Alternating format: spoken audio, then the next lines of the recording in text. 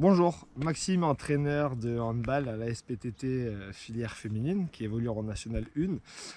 Aujourd'hui, je réponds à une problématique que tout le monde rencontre, surtout les adhérents de la SPTT qui ne peuvent pas avoir accès au CSE.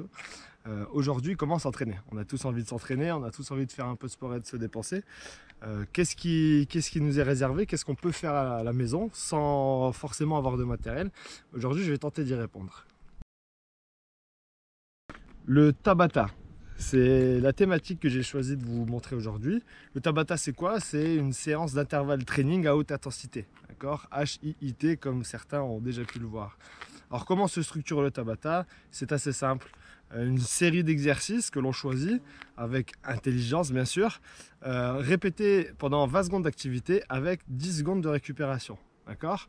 La définition du Tabata, ou en tout cas ce que mettaient en place les Japonais au moment de la construction du Tabata, c'était des séquences qui duraient maximum 4 minutes. Aujourd'hui, on peut le décliner de différentes manières, selon les besoins et selon les capacités.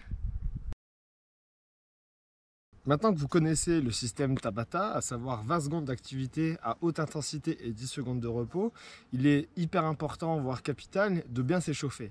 Prenez donc 5 à 10 minutes pour vous échauffer articulairement, à savoir déverrouiller les articulations, les muscles, à faire un peu d'exercice concentrique, c'est-à-dire flexion, faire quelques pompes, quelques squats, quelques abdos, pour vous permettre de faire la séance en toute sécurité.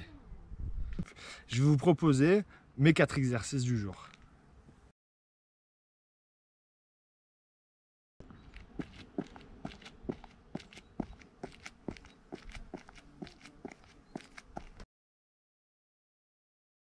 Attention, sur le climbing mountain, on a tendance, avec de la vitesse, d'abaisser le bassin lors de l'exécution du mouvement. Attention de ne pas creuser le dos.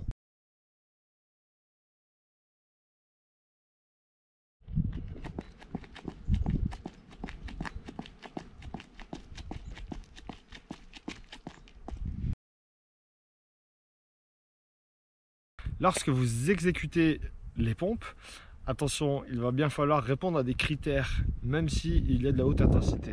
Les critères sont les suivants, les plus simples en tout cas. D'avoir les mains positionnées en dessous des épaules, les phalanges écartées, de respecter l'alignement lorsque vous exécutez le mouvement, à savoir être droit, surtout éviter de creuser le dos ou de l'arrondir. Ça pourrait créer des surtensions sur certaines zones de votre corps. Les 4 exercices choisis, à savoir les pompes, le climbing mountain, les montées de genoux et le jumping jack, peuvent être forcément modifiés. Vous avez le choix et je vous laisse la liberté, bien sûr, d'aller sur YouTube, de taper Tabata et de pouvoir choisir les éléments que vous pouvez mettre dans votre séance. À savoir aussi qu'on peut largement faire du Tabata ciblé, à savoir sur la sangle abdominale, sur les membres supérieurs ou sur les membres inférieurs. Libre à vous de faire comme bon vous semble.